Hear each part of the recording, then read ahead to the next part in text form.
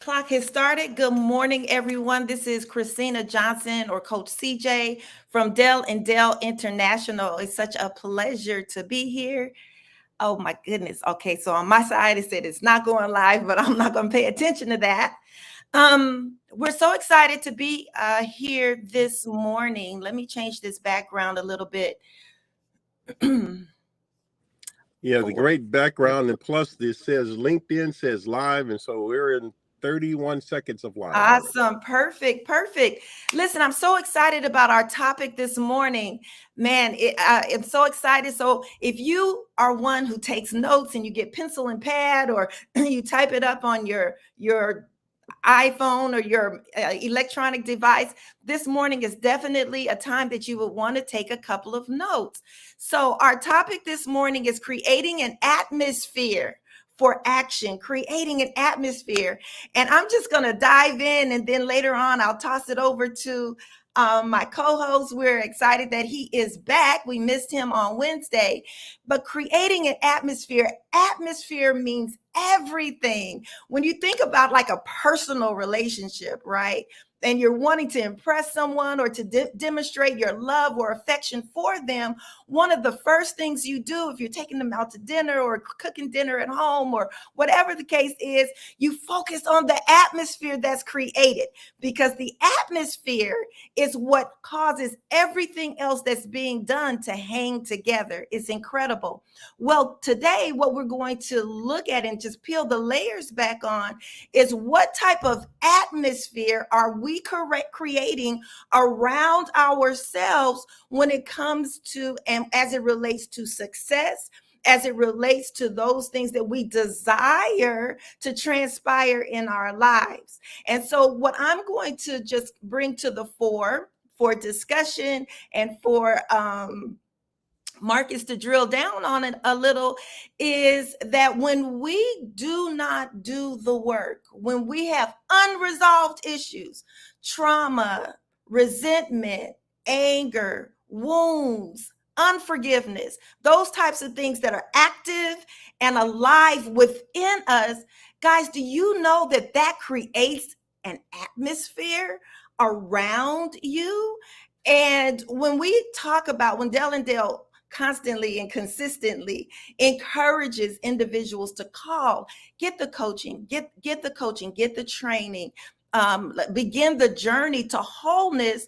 One of the things that we recognize and understand is that as you do the work, as you get a coach to walk you through these process of resolving these unresolved issues, the atmosphere around you begins to change. And what once repelled the blessings, the success, the relationships, even what once repelled those things that you desire most, will begin to attract what you desire most. But it starts with by you doing the work and being honest, transparent, authentic, okay, and just brutally honest first and foremost with yourself. Other people don't matter. It doesn't matter if you're honest with your neighbor, your friend, your family, folks down the street. You've got to look in the mirror and be brutally honest with yourself in order to create an atmosphere that is Well, it looks like we attractive. might have lost the It's still connection on here. my it's still on my side. That's in order to create an atmosphere that attracts what you desire in life. Oh my goodness. So it looks like Marcus is having some technical challenges. Let's see what we can do here. Let me add him back. I think possibly he's driving. And his internet is not strong.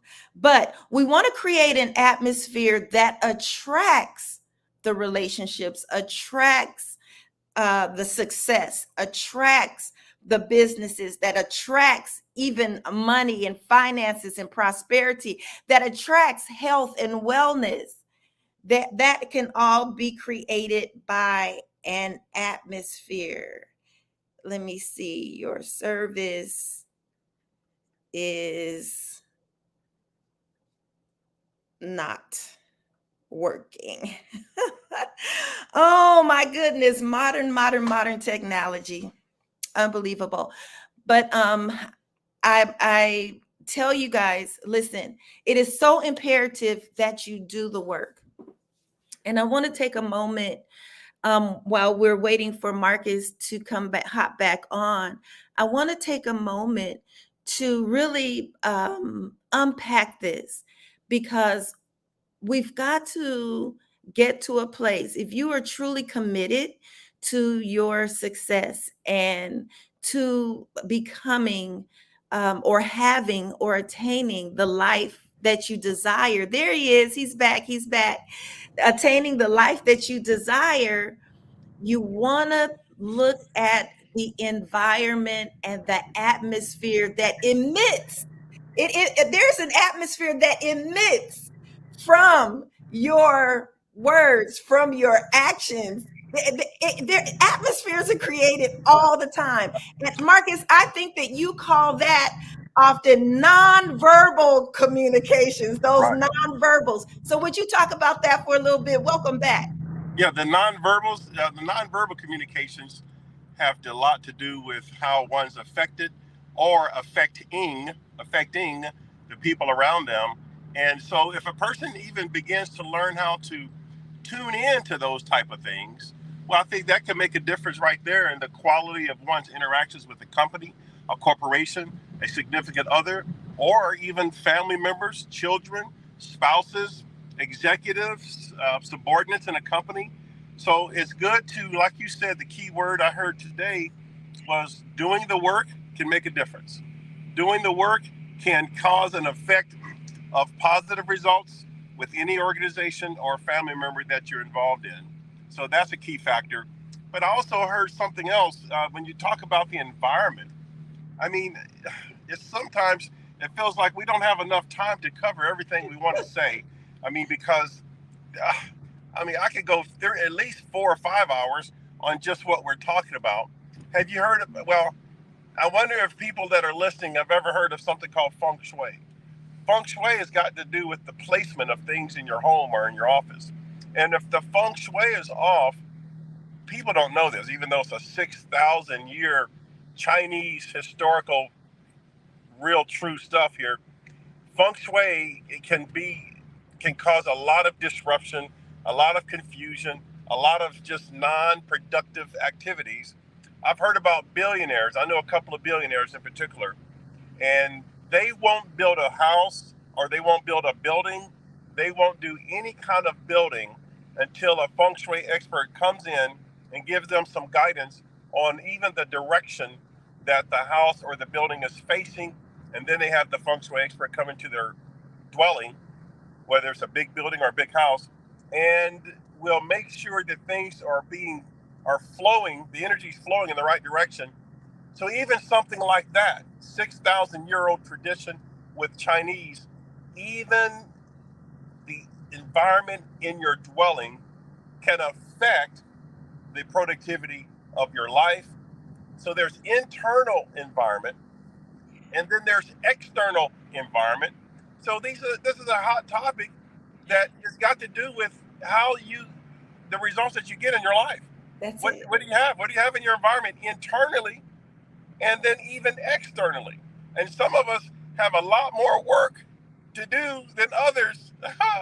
So there's childhood trauma. Oh, there's so many things. So this is a hot topic that could really warrant a whole seminar on, so that we can be more effective in getting to higher levels than what we might have originally planned.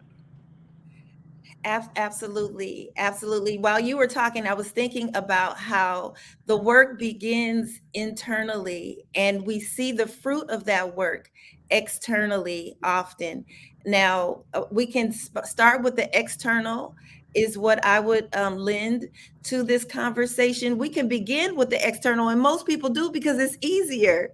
It's easier to buy new furniture, it's easier to buy upscale clothing and to wear your hair and makeup a certain way and just put a mask on all the hell, chaos, and confusion that's going on internally. It's much easier because you don't really have to deal with anything that's really substantive. However, that imbalance is going to manifest somewhere, if not in the things that you can control with your hair, your makeup, the car you drive, the clothes you wear, your furniture, even where you live, because that's what a lot of folks do. They cover up. It's a big cover up, guys. They cover it up, but then you'll see that head of that dragon pop up in their marriage, or pop up in their relationship with their children, or pop up in their relation, or even pop up in their health. Oh my gosh. Right. All type of maladies and sicknesses. Everything looks pristine and perfect and beautiful to the onlooker, but because there are unresolved issues internally, it's going to manifest somewhere in your life. It's going to, yeah. So the incredible thing, and the way that it just struck my heart and my spirit today, was regarding our listeners, Marcus, and our followers, our tribe, our subscribers, whoever's listening to this, to begin to do the work on creating an atmosphere, or doing the work inside, so that an atmosphere begins to be created around us that generates and produces success, peace, joy, just all the things that matter most, because the material things aren't really what matter most. What matters most is your own peace of mind, your own wholeness, your own healing, and how that then impacts those that are the closest to you and will manifest externally to everything around. So with having said that, Marcus, we have a couple of more minutes before we hop off. What would you say to close this on out? Well, I would just say that at least the first step to a lot of types of healings and all of the different types of developments and enhancements, first step is the awareness. Becoming aware that this is a factor. It's not just some small time, lightweight factor. So I think we've helped people to maybe consider the first step is becoming aware of something. Now that you've been made aware, something to ponder, something to think about, something to call about. There's something now you got to call about. You listeners and you watchers out there who are not telling us, I see you, I'm looking right now. I'm just playing, I can't see you. But the point is, you now have some semblance of awareness. And once you become aware, you can now begin to take steps, baby steps, or whatever kind of steps. I'm just so thankful. I don't know where I would be right now if I was never made aware of my own internals and externals. If I just wasn't aware, oh, wow, what a dysfunctional life. When I say dysfunctional, I'm talking about in comparison to what I've imagined, in comparison to what I've dreamed and just desired for myself. Because some people, maybe you don't have a desire for a higher quality of life, and that's okay. There's nothing wrong with that. I just know that I figured there's got to be more to the life that I'm seeing with my family and even with myself. I was devastated. 1990, and I moved from Columbus, Ohio to Sacramento, California. I'm 30 years old, and I looked around to see my results thus far. I've done everything I was told to do. I've done everything. I mean, from the marriage to the school to the college, and I looked up, and all I've got to show for my life at 30, I've paid my bills. Everything's been paid on time. I got receipts. I made the trip all the way from Columbus, Ohio, drove across the country to California, and all I've got is the receipts of all of the bills I've paid on time. This is it. Oh, I figured there's got to be more to life. There's got to be more to a higher quality of life. And I begun to just dive deep into personal development, ladies and gentlemen, and begin to learn and become aware there is more available. There's more available to you. There's more available to all of us.